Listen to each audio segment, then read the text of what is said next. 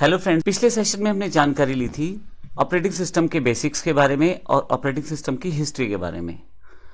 इस सेशन में बात करेंगे ऑपरेटिंग सिस्टम के मुख्य कार्य क्या हैं, मेन फंक्शंस क्या हैं ऑपरेटिंग सिस्टम के। आइए सबसे पहले शुरुआत करते हैं मेमोरी मैनेजमेंट। कंप्यूटर में अलग अलग तरह की मेमोरी अवेलेबल है, जिसमें कैश मेमोरी अवेलेबल है, प्राइमरी मेमोरी है, सेकेंडरी मेमोरी है। उन सभी को मैनेज करना ऑपरेटिंग सिस्टम का काम रहता है।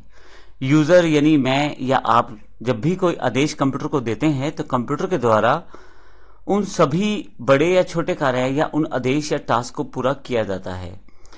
इन छोटे बड़े कार्य पूरे किए जाते हैं, इनको हम प्रोसेस कहते हैं। और असल में कंप्यूटर का कार्य इन्हीं प्रोसेस को करना होता है। जब ये कार्य पूरा होता है यानी कि प्रोसेस पूरी होती है तो कंप्यूटर को दिया गया टास्क कंप्लीट हो जाता है। अब यूजर द्वारा दिए गए इन कार्यों को पूरा करने के लिए ऑपरेटिंग सिस्टम को इन सभी प्रोसेसेस को एग्जीक्यूट करना पड़ता है।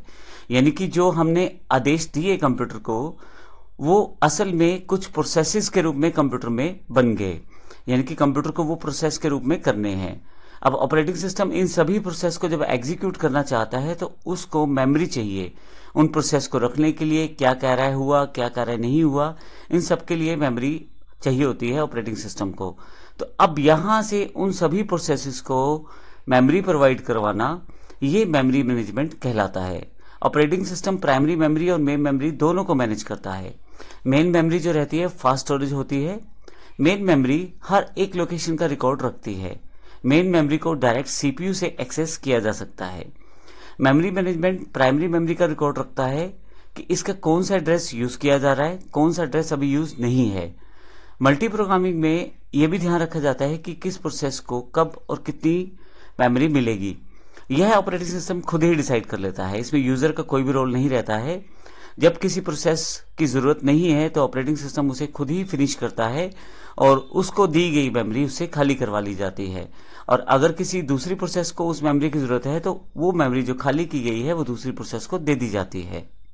लेकिन इस पूरे प्रोसेस में कमाल की बात यह है कि मेमोरी मैनेजमेंट करते समय यूजर को इस तरह का कोई भी कार्य नहीं करना पड़ता। यूजर को केवल आदेश देना था कि मुझे कंप्यूटर से काम लेना है।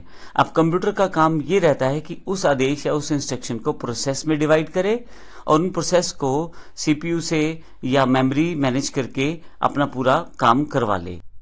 इस तरह से ऑपरेटिंग सिस्टम का एक मुख्य कार्य रहता है मेमोरी मैनेज करना। ऑपरेटिंग सिस्टम का जो दूसरा मुख्य कार्य है वो डिवाइस मैनेजमेंट है।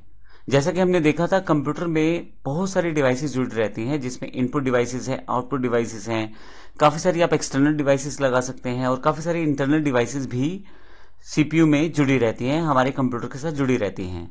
ऑपरेटिंग सिस्टम द्वारा इन सभी डिवाइसेस को संबंधित ड्राइवर्स या इनपुट आउटपुट कंट्रोलर के माध्यम से डिवाइस कम्युनिकेशन को मैनेज किया जाता है।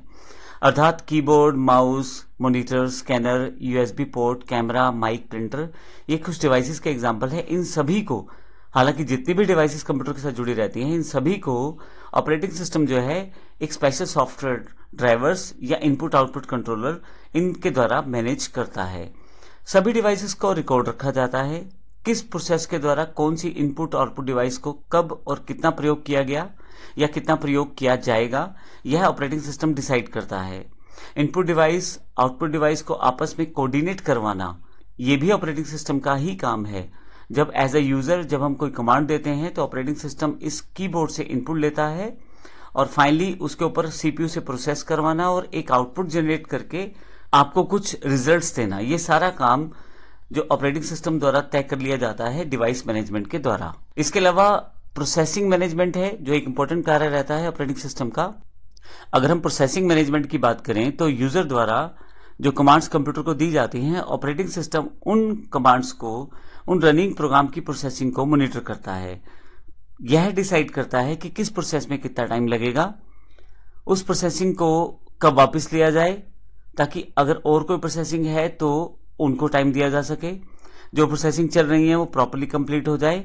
इस तरह से पूरा का पूरा प्रोसेस यानी कि जो टास्क कंप्यूटर को दिए गए हैं यूजर द्वारा, उन सबको मैनेज करना भी ऑपरेटिंग सिस्टम का काम रहता है। फाइल मैनेजमेंट, यह फाइल सिस्टम से जुड़ा हुआ प्रोसेस रहता है। फाइल सिस्टम में जैसे डायरेक्टरीज बनती हैं यानी कि फोल्डर्स, और या फाइल्स बनती हैं जैसे वर्ड की फाइल है, एक्सेल की फाइल है, इस तरह से हजारों टाइप की फाइल आप अपने कंप्यूटर में बना सकते हैं। फाइल्स को ऑर्गेनाइज करके रखना हम आसानी से किसी डेटा को सर्च कर सकें, किसी फाइल को सर्च कर सकें, किस तरह से हम उसकी इंफॉर्मेशन ले सकें, उस फाइल को बनाने का तारीख, उस फाइल को मॉडिफाई करने का तारीख या उसका स्टेटस, इन सभी चीजों को ऑपरेटिंग सिस्टम द्वारा मैनेज किया जाता है। फाइल क्या हार्ड डिस्क पे स्टोर होने वाली है या फाइल जो है वो एक पेन ड्राइव जो एक्सटर्नल मेमोरी है उस पे स्टोर किया जाने वाला है। सब के सब चीजों को, फाइल एस्पेक्ट से जुड़ी हुई सारी मैनेजमेंट को ऑपरेटिंग सिस्टम अपने द्वारा ही कर देता है। यूजर को डायरेक्टली कुछ भी नहीं बताना, उसको सिर्फ ये बताना है कि उसको फाइल या फोल्डर बनाना कहाँ है। बाकी सारा काम ऑपरेटिंग सिस्टम द्वारा खुद ही कर लिया जाता है। अगर किसी कारण से पहले से वो फाइल अवेलेबल है या उस नाम की फाइल अवेलेबल है तो ये जानकारी कंप्यूटर यूजर को दे देता है। डिलीट करते समय भी फाइल को 2 बार कंफर्म किया जाता है यूजर से, ताकि गलती से डिलीट ना हो जाए। डिलीट करने के पश्चात उसको रिसाइकिल बिन तक लेके जाना फाइल्स फोल्डर्स को, और अगर यूजर को बाद में जरूरत पड़े तो वहां से वापस रिस्टोर करना, ये सारा का सारा प्रोसेस बड़ी आसानी से ऑपरेटिंग सिस्टम द्वारा कर दिया जाता है। फाइनली जो लास्ट टास्क है वो बड़ा इंपॉर्टेंट रहता है कंप्यूटर में, सिक्योरिटी से रिलेटेड।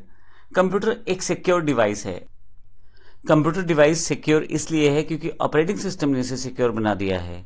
कंप्यूटर सिस्टम में अवेलेबल जितना भी इंफॉर्मेशन, डेटा रहता है उसको प्रॉपरली पासवर्ड के थ्रू इवन एनक्रिप्ट करके उसे रखा जा सकता है। यह सब जो है ऑपरेटिंग सिस्टम के द्वारा ही संभव है।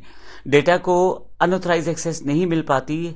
हर एक डेटा को एक्सेस करने के लिए अलग अलग लेवल की सिक्योरिटी सेट की जा सकती है, और जितना आप चाहें, जिस सिक्योरिटी लेवल को आप इंप्लीमेंट करते हैं, विदाउट ऑपरेटिंग सिस्टम के यह पॉसिबल नहीं होता, और यूजर का डेटा प्रॉपरली वहां पे संभाल के रखा जा सकता है ऑपरेटिंग सिस्टम की सिक्योरिटी मैनेजमेंट के द्वारा। तो इस पूरे सेशन में हमने मेन फंक्शंस देखे हैं ऑपरेटिंग सिस्टम के, जो इंपॉर्टेंट रहते हैं, जो कि ऑपरेटिंग सिस्टम के मुख्य कार्य रहते हैं।